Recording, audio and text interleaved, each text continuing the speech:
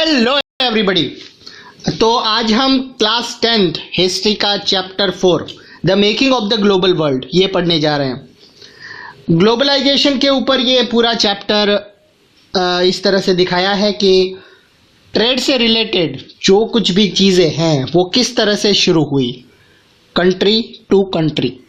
ठीक है, चलिए शुरू करते हैं। पहला पॉइंट है द प्री मॉडर्न वर्ल्ड, आधुनिक युग से पहले क्या था। जब हम ग्लोबलाइजेशन की बात करते हैं तो आमतौर पर हम एक ऐसी इकोनॉमिक सिस्टम की बात करते हैं जो ज़्यादातर पिछले लगभग 50 सालों में ही हमारे सामने आई है। लेकिन जैसा कि आप इसे इस चैप्टर में देखेंगे, the making of the global world, trade का काम या ट्रेड के तलाश में, काम की तलाश में एक जगह से दूसरी जगह जाते लोगों का मूवमेंट ऑफ कैपिटल और बहुत कुछ की बहुत लंबी हिस्ट्री रही है। आज जब हम अपनी लाइफ में ग्लोबल इंटरकनेक्टेडनेस के बारे में सोचते हैं तो उन युगों के बारे में जानना चाहिए जिनसे गुजरते हुए हमारी ये दुनिया ऐसी बनी है। हिस्ट्री के हम हर दौर में ह्यूमन यानी कि इंसान सोसाइटीज़ एक दूसरे के ज़्यादा नज़दीक आते गए हैं। एंशियंट टाइम से ही ट्रैवलर्स, ट्रेडर्स, पुजारी और तीर्थयात्री ज्ञान, अपॉर्चुनिटी और आध्यात्मिक शांति के लिए या दुख और यातना से भरे जीवन से बचने के लिए दूर दूर तक जर्नी यानी कि यात्राएं उस पर जाते थे। वो अपनी इस जर्नी में ये लोग तरह तरह की चीज़ें जैसे कि पैसा, वैल्यूज़, स्किल्स, आइडियाज़, इन्वेंशंस और यहाँ तक कि जर्म्स यानी कि कीटाणु और बीमारियाँ भी साथ लेकर चलते रहे हैं। 3000 BCE बिफोर क्राइस्ट में कोस्ट पर होने वाले ट्रेड के माध्यम से इंडस वैली यानी कि सिंधु घाटी सिविलाइजेशन उस इलाके से भी जुड़ी हुई थी जिसे आज हम वेस्ट एशिया के नाम से जानते हैं। 1000 साल से भी ज़्यादा टाइम से मालदीव के समुद्र में पाई जाने वाली कोड़ी यानी हिंदी में कोड या सी सेल्स बोलते हैं उसे, जिन्हें पैसे के रूप में इस्तेमाल किया जाता था, चीन और ईस्ट अफ्रीका तक पहुंचती रही है।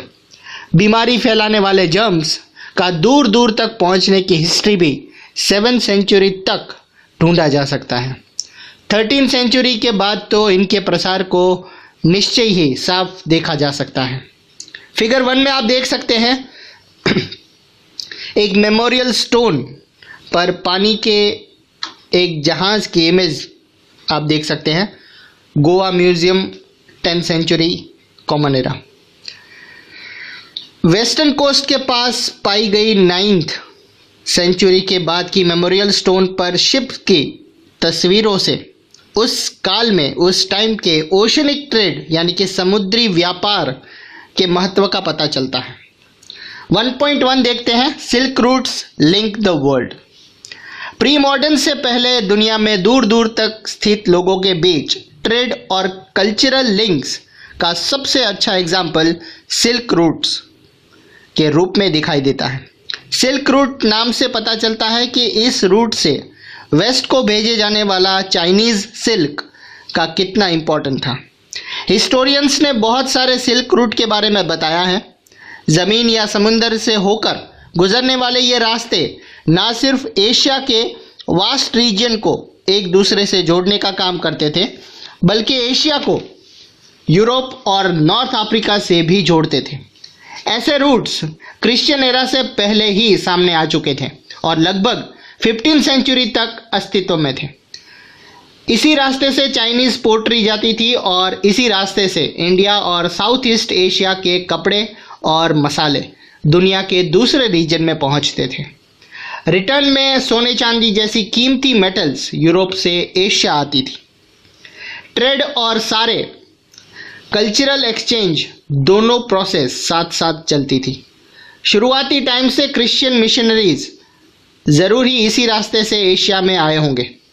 कुछ सेंचुरी के बाद मुस्लिम प्रीचर्स भी इसी रास्ते से दुनिया में फैले।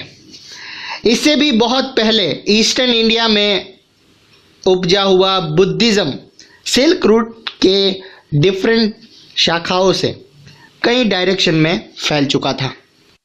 फिगर 2 देखते हैं। चाइनीज़ केव पेंटिंग में दिखाया गया सिल्क रूट 8th सेंचुरी, केव 217, मोगाओ ग्राटोस, गंसू, चाइना।